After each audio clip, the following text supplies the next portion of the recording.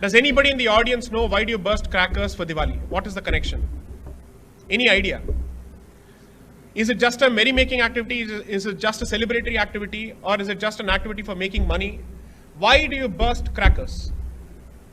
What is the nexus? So here's the sequence. What comes before Diwali? You have the Shraddha period, the Mahalaya Paksh. Correct? Then you have Diwali.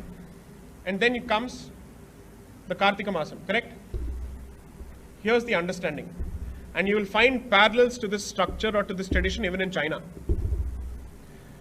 So what are you doing during the Shraddha period or during the Mahalaya Paksh period? The understanding is that your ancestors have come and you're supposed to feed them. That is what effectively you do. They've come. Now they have to go back. They don't know the way. You light the sky for them to find their way back to heavens.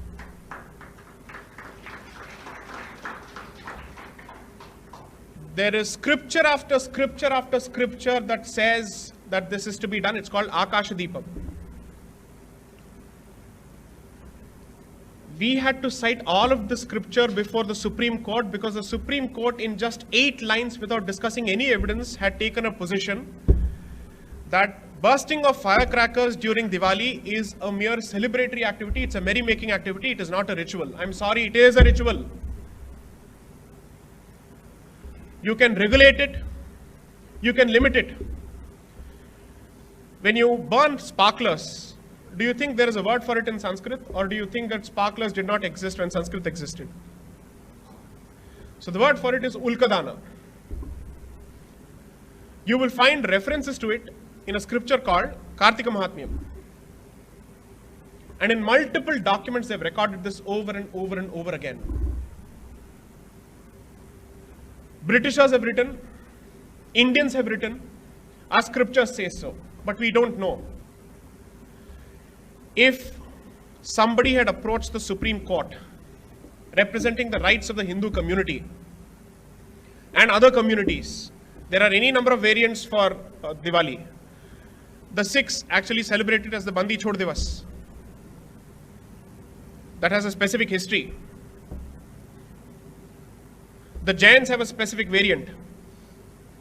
Is it a coincidence that all these communities celebrate Diwali in one way or the other around the same period of time? Surely it's not coincidence. There must be something common to all of this.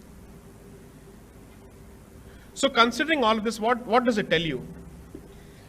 Your ignorance with respect to your own traditions is going to be used against you to humiliate you, to shame you, to call you a patriarch, to call you a chauvinist, to call you whatnot, until a point comes where you would have decided to give up your identity altogether. Whatever is happening around you is not a struggle for resources, but it is a struggle for identity. Any number of people would say, but why is identity so important? Look at China, look at America. Then you have not understood their history. America believes in manifest destiny. It believes that it has a destiny to lord over the world, so to speak. That it has a destiny which facilitates pursuit of happiness. That is the identity they've imputed to themselves. China subscribes to the Middle Kingdom concept. What about India? What about India? We fail to realize the sheer privilege that we enjoy after generations of living in one unified territory from Himalayas to the south. This is something that even Chandragupta Maurya could not achieve, despite having a Chanakya by his side. This is something that Samudragupta could not achieve. This is something that even the Mughals could not achieve. As long as your identity exists, this entity exists in the way it exists.